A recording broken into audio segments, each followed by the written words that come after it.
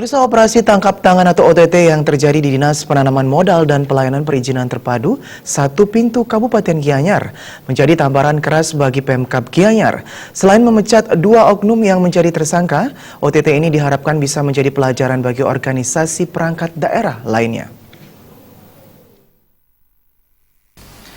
Pasca penetapan tersangka Kepala Dinas Penanaman Modal dan Pelayanan Perizinan Terpadu Satu Pintu Kabupaten Gianyar bersama Kabid B Bupati Gianyar Anagung Gede Agung Barata menegaskan secepatnya akan melakukan pemecatan.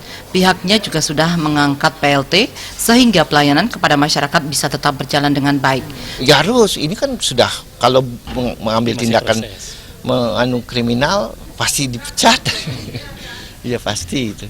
Nanti ini kan Selain memecat 2 oknum yang menjadi tersangka, OTT ini diharapkan bisa menjadi pelajaran bagi organisasi perangkat daerah lainnya.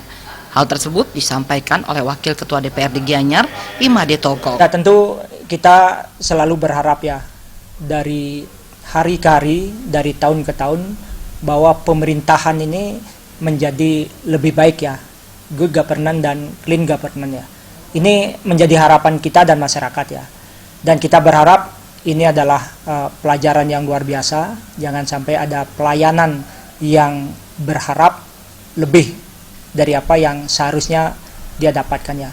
Ini sudah menjadi kewajiban kita melayani, nah sehingga kita harapkan SKPD dan OPD terkait itu memberikan layanan yang sebaik-baiknya sesuai dengan aturan yang ada ya. Dan kita berharap dengan adanya kondisi OTT seperti itu, tetap pelayanan di perizinan dan lain sebagainya dapat berjalan dengan baik ya. Imade Togok juga menegaskan DPRD akan semakin meningkatkan kontrol terhadap SKPD terkait sesuai komisi masing-masing. Gargita, Bali TV.